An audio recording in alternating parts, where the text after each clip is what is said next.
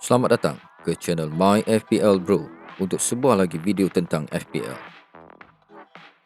Untuk video pada kali ini, kita akan melihat team selection untuk game week ke-10. Jom kita teruskan. Sebelum kita mulakan video pada kali ini, jom sama-sama kita lawati laman Facebook My FPL Bro. Berbagai berita, tips dan maklumat terkini berkenaan Fantasy Premier League boleh anda dapati di sini.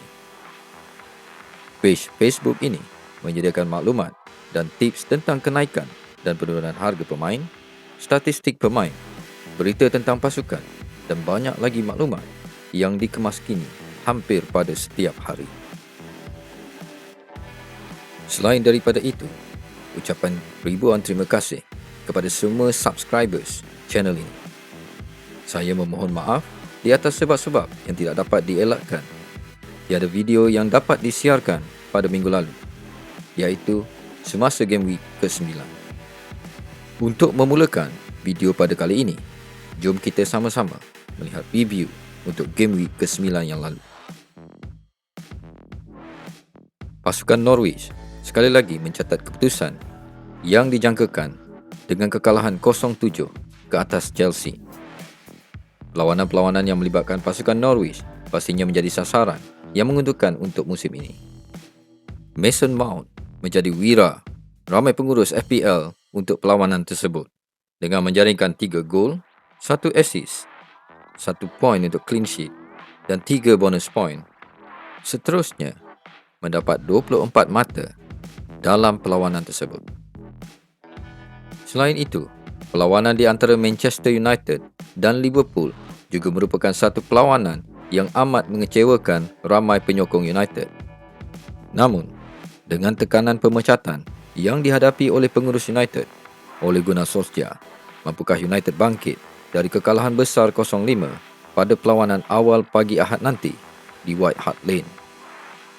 Dalam perlawanan ini juga, Salah telah menjaringkan 3 gol, 1 assist, 1 poin untuk clean sheet dan 3 poin untuk bonus, menjadikan mata yang dikumpul iaitu sebanyak 24 mata. Jadi sekarang, kita akan lihat point review untuk game week ke-9 untuk pasukan ini.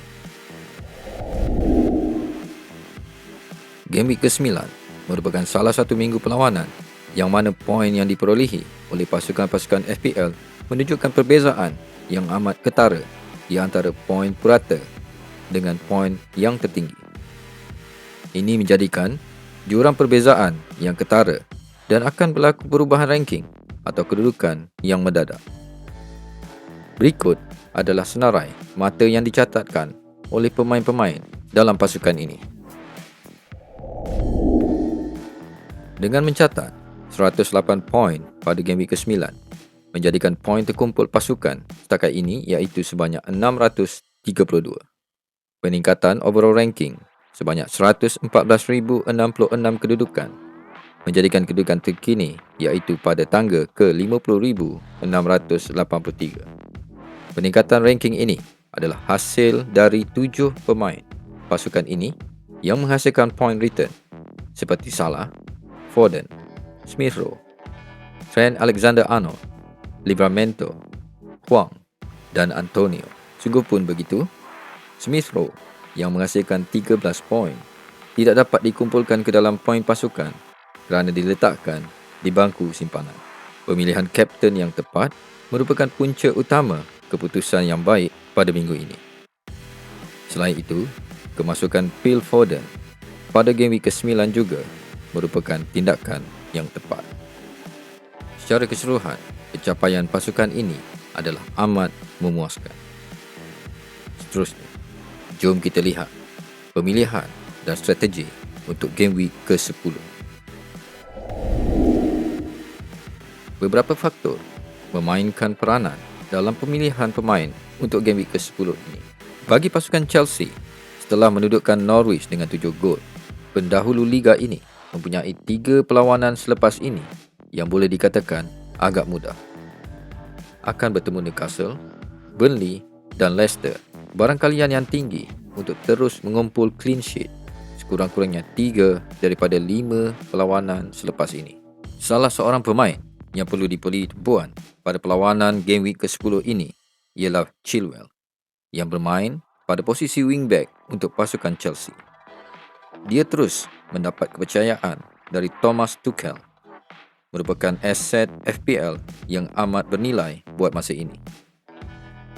Sejak melakukan 3 penampilan sebelum ini, dia merekodkan 3 gol dan juga 2 clean sheet. Untuk posisi goalkeeper, Ramsdale daripada pasukan Arsenal diletakkan sebagai penjaga gol utama. Dengan ketiadaan David Raya yang memerlukan tempoh pemilihan selepas mengalami kecederaan pada minit-minit akhir menentang Leicester setelah bertembung dengan Ayoze Perez pada perlawanan Ahad lalu. Dijangkakan beliau tidak akan bermain untuk tempoh masa 4 hingga 5 bulan yang akan datang. Kemungkinan besar pertukaran pemain akan dibuat pada minggu ini atau minggu hadapan bagi menggantikan posisi David Raya. Untuk barisan pemain pertahanan pula, Azpilicueta, Trent Alexander-Arnold, Cancelo dan juga Diaz dipilih dalam kesebelasan utama. Sungguh pun Azpilicueta mengalami kecederaan bahu, kemungkinan untuk dia diturunkan pada perlawanan minggu ini adalah agak tinggi. Dan sekiranya dia tidak bermain, Livramento pasti akan menggantikan posisi beliau. Untuk posisi pemain tengah pula, 3 pemain diletakkan dalam kesebelasan utama, iaitu Phil Foden, Mohamed Salah dan juga Smith Rowe. Phil Foden berjaya menarik perhatian ramai pengurus FPL berdasarkan kepada prestasi pada game week ke-9. Pemain yang menunjukkan form yang terbaik dan kelihatan amat bahaya dalam serangan pasukan Manchester City. Dia juga direhatkan semasa perlawanan Carabao Cup pada pertengahan minggu yang lalu. Ini bermakna dia sangat berpeluang untuk bermain sebagai kesebelasan utama pada game week ke-10 ini. Walaupun memiliki aset dari Manchester City merupakan satu risiko bagi pengurus FPL, namun dijangkakan dia adalah pemain penyerang utama Manchester City buat masa ini. Dia juga telah menjaringkan 3 gol dan 2 assist dalam tempoh 5 perlawanan sebelum ini. Bagi Mohamed Salah pula, sememangnya pemain yang memiliki kelas yang tersendiri pada musim ini. Dia juga telah berjaya menjaringkan hat-trick yang kedua untuk musim ini. Untuk barisan penyerang pula, 3 pemain diletakkan dalam kesebelasan utama. Yang pertama ialah Antonio, yang kedua Vardy dan yang ketiga ialah Wang. Jamie Vardy juga telah kembali pulih selepas mengalami kecederaan lutut semasa perlawanan menentang Brentford pada minggu lalu, yang menyebabkan dia terpaksa dikeluarkan semasa waktu rehat separuh masa pertama. Dia juga telah kembali berlatih bersama pasukan dan seterusnya akan bertemu Arsenal pada game week ke-10 ini. Seterusnya ialah pemilihan kapten pada minggu ini. Tidak ada apa yang boleh diperkatakan selain meletakkan Mohamed Salah sebagai kapten pada game week ke-10 ini.